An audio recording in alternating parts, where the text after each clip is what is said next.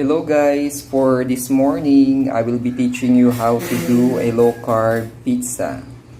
So, simple ingredients lang to for the low-carb pizza na ginagawa ko.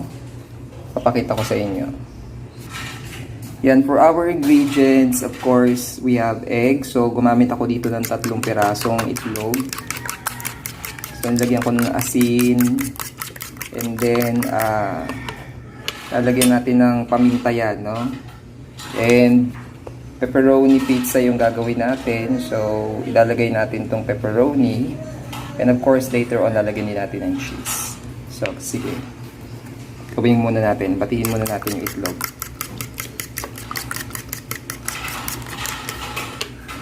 May salt na yan. Lagyan na lang natin ng pepper. And guys, may pepper na siya. Para pampalasa. Okay. And then the next thing is ipa-fry na natin yung egg. So yan guys, piprito na natin. So gagamit tayo ng tallow or yung taba ng baboy, no? So syempre yun yung ginagamit natin ng mantika for our low carb lifestyle. Pwede rin kayong gumamit ano yun? Pwede rin kayong gumamit ng butter if you want, no? Pero ako, of course, tallow yung ginagamit ko. So, ayan, no? Ilalagay natin siya sa pan para maprito natin yung itlog. Okay? And then, pag mainit na, let's pour the egg. Pero bago natin ilagay yung itlog pala, ako ipa-fry ko muna itong pepperoni. Pwede namang hindi na to i-fry din, no? Kasi luto naman yan kasi mamaya i-microwave pa natin. Pero ako kasi gusto ko fried muna yung pepperoni natin. Kaya sa inyo yan, kung ayaw nyo na siyang i-fry, pwede naman din. So, yan. Pagka naluto na to, tsaka natin i-prito yung itlog. Yan, then set aside na natin. Nag-prepare na rin ako ng cheese para itatoppings natin mamaya doon sa ating egg pizza. Okay?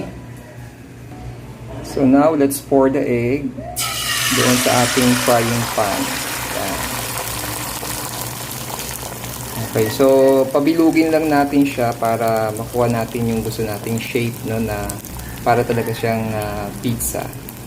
And then, antayin natin maluto yung ating itlog. Okay, tapos ilalagay natin dun sa plate, lalagyan natin ng cheese at saka pepperoni. So yan guys, na-flip ko na, no, nabaliktad ko na yung itlog. Hindi naman kailangan perfect yung smoothness niya, no? Kasi lalagyan naman natin ng toppings yan. So, okay na yan, basta makuha lang natin yung shape ng pizza. Pwede rin ibang shape yan, no? So, yan. So, yan na guys. So, lalagyan na natin ngayon yung ating cheese, no? Depende sa inyo kung gaano kadaming cheese ang gusto nyong ilagay. So, ito yung ginamit ko, yung yung keso na sliced cheese.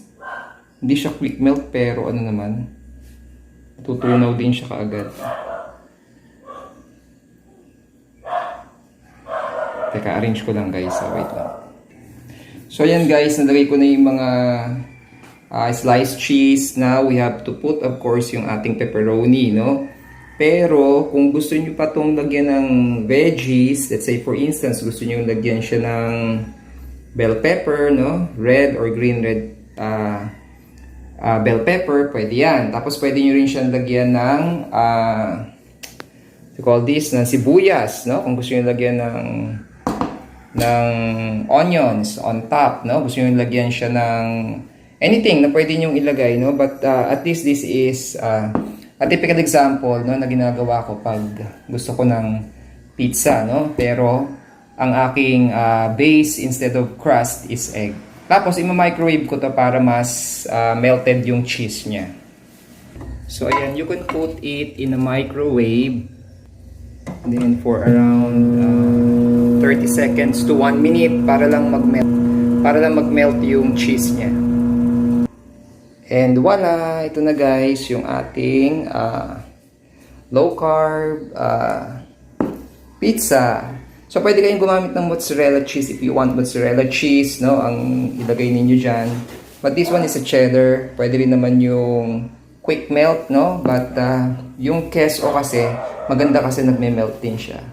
So, ayan guys. I hope you learned something na mag-grade kayo kung gusto nyo ng pizza. At least ito, low carb siya. And of course, guilt-free, high in protein, and less inflammation or wala pa, no? Hindi tayo may inflamed eating this kind of food. Of course, ito lang mga process natin. Yung mga process food lang, of course, minimize lang naman natin yan. But, yun lang, no? Pag gusto lang natin, instead of indulging into high carb, at least this is a low carb. So, yun lang guys. God bless. I hope you learned something and enjoy your low carb pizza.